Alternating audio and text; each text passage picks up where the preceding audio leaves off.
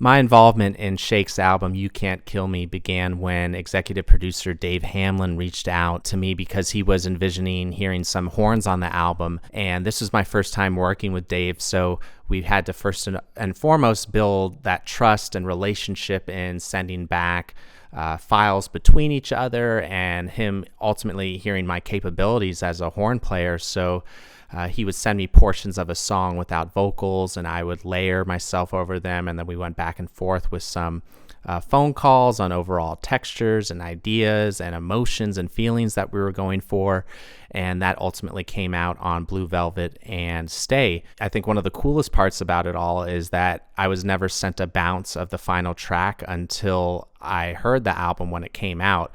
So I didn't hear all the edits or reverb or changes that were ultimately going to be made, or if my horns were even going to make it until the day the album came out with everyone else. So it was a really fun surprise at the end of the day as well. Hands down, my favorite track from the album is Cocoon. And the reason why is I saw the actual physical gravitational pull that this song has over audiences.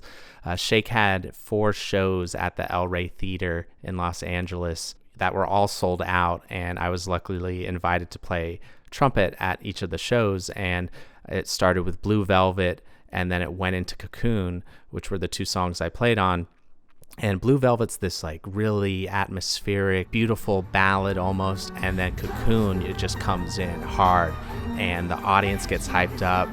Everyone in the pit was going wild, water was being thrown, and I just saw the firsthand account of how hyped up people get with that song, and it's been like that ever since. And Martin Garrix just did a remix of it, which is absolutely Slayer, so make sure to check that out as well.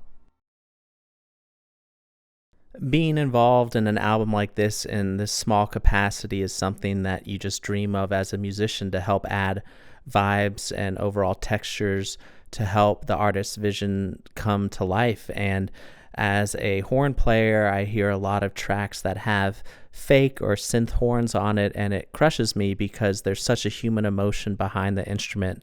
You have the tone and resonance that you just can't emit through these electronic programs, and so I really appreciate them reaching out and having me be a part of it.